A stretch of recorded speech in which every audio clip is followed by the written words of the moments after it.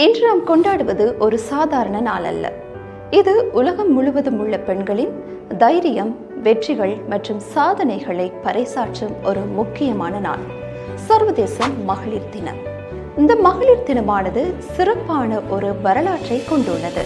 1908 அமெரிக்காவில் ஆயிரக்கணக்கான பெண்கள் நல்ல வேலை நேரம், சம ஊதியம் மற்றும் வாக்குரிமைக்காக போராட்டத்தில் ஈடுபட்டனர்.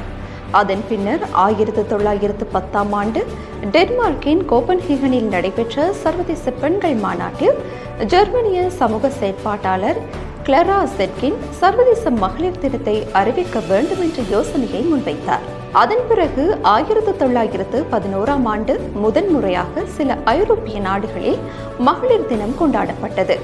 பின்னர் 1975 ஐக்கிய நாடுகள் சபை அதிகாரப்பூர்வமாக மார்ச் 8 சர்வதேச மகளிர் தினமாக அறிவித்தது.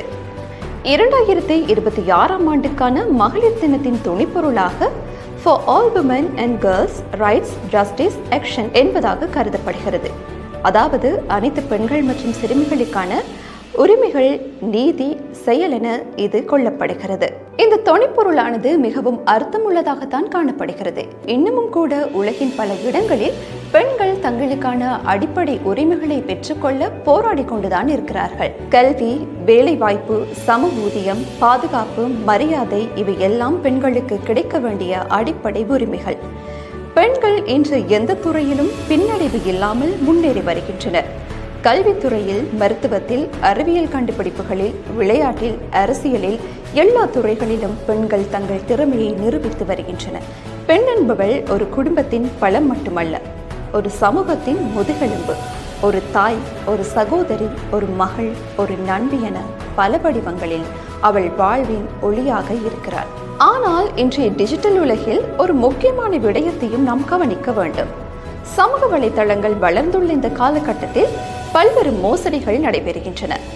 குறிப்பாக பெண்களை குறிவைத்து சில போலியான தொலைபேசி அழைப்புகள், வங்கி அழைப்புகள், அதே போன்று பரிசுகளை தருவதாக பல்வேறு போலியான அழைப்புகளும் வரக்கூடுகின்றன.